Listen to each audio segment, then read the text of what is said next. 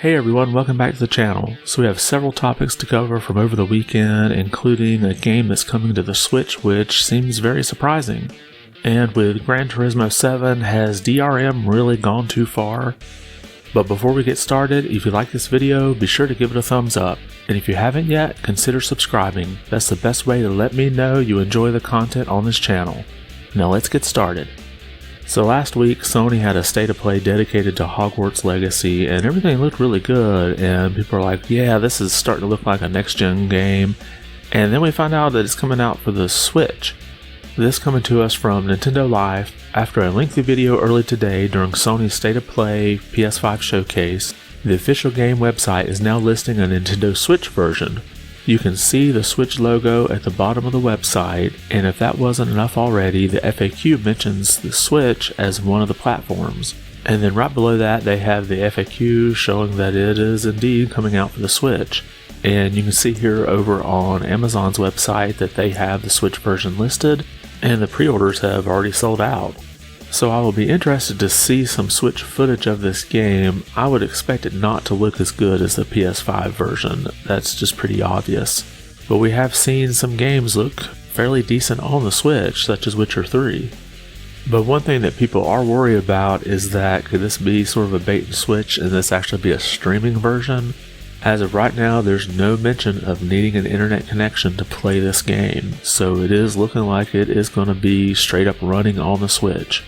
So if you only own a Switch, you do have a chance to play this game. Let me know what you think. Did you pre-order this for the Switch, or are you going to wait until you actually see some Switch footage? Leave a comment below and let me know. And while we're talking about Hogwarts Legacy, we had this statement that came from the community manager of Avalanche. We've seen this question coming up and want to set the record straight. There are no microtransactions in Hogwarts Legacy. So needless to say, there's been a lot of positive feedback on this. This kind of game could easily have a lot of microtransactions for new wands or spells or outfits or whatever else you might want to add in there. And you contrast that with, say, Gran Turismo 7, who did not make the microtransactions available during the review period for reviewers and basically patched that in at day one.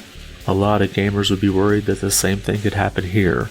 So hopefully other developers see the positive reaction here, and I really hope this game does really well without the microtransactions, so that more developers see that they don't need to add the microtransactions in order to have a healthy bottom line. Next, let's talk about Gran Turismo 7 and the outage that it experienced. So on March 17th, Gran Turismo 7 went down for maintenance, and we found out that you pretty much can't play most of the game when it's in maintenance. This coming from the official Gran Turismo Twitter account. Due to an extended issue found in Update 1.07, we will be extending the server maintenance period. We will notify everyone as soon as possible when this is likely to be completed. We apologize for this inconvenience and ask for your patience while we work to resolve the issue. Now, there were some rumors that this could be related to an earthquake that happened in Japan around this time, but after the server maintenance was over, there was this statement from the series creator Yamauchi. Immediately before the release of the 1.07 update, we discovered an issue where the game would not start properly in some cases on product versions for the PS4 and PS5.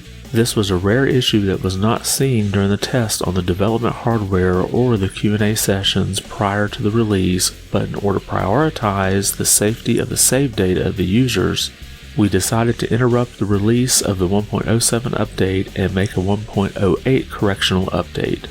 So while it is good that they extended this maintenance in order to take care of an issue that could possibly corrupt your save data, it does beg the question, why does a single-player game go completely down during server maintenance? So you have many gamers who are looking forward to this game and they go 30 hours without playing it. And for a game that seems to be riddled with microtransactions, I would think that would really end up hurting their bottom line in the long run, because with so many games out there, it's easy just to put one down and pick something else up and start getting into that one instead. But I'm hoping this whole experience will have them rethink this requirement to be online in order to play this game.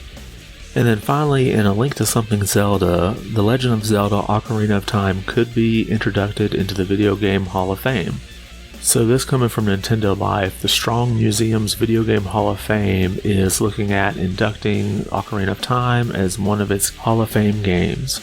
Now, the original Legend of Zelda was inducted in 2016, and this is the first year that Ocarina of Time has ever been nominated. You can see from the list here of the 12 nominees that I think there's not anything here I've never heard of. But maybe I am a bit biased, but I don't see how any of these could be inducted in before Ocarina of Time. So here's what Strong's has to say about Ocarina of Time. Released for the Nintendo 64 gaming console in 1989, The Legend of Zelda Ocarina of Time defined what a 3D action video game could be, influencing countless games that followed. The game's combination of storytelling, puzzle solving, and combat earned Ocarina of Time multiple Game of the Year awards in 1998. The game sold more than 7.6 million copies worldwide, and it continues to be recognized by players and critics alike as one of the best video games ever made. And considering Ocarina of Time still has the highest Metacritic score of all time, this isn't too far of a reach. So obviously I'll be pulling for this game to get inducted. So that's all we have for today. Did any of these topics catch your attention? Were you surprised that there was going to be release for Hogwarts Legacy on the Switch and it's not going to be streaming?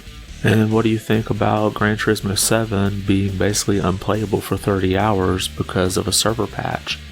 Let me know what you think about those or any of the topics we talked about today. I want to thank you for watching and be good.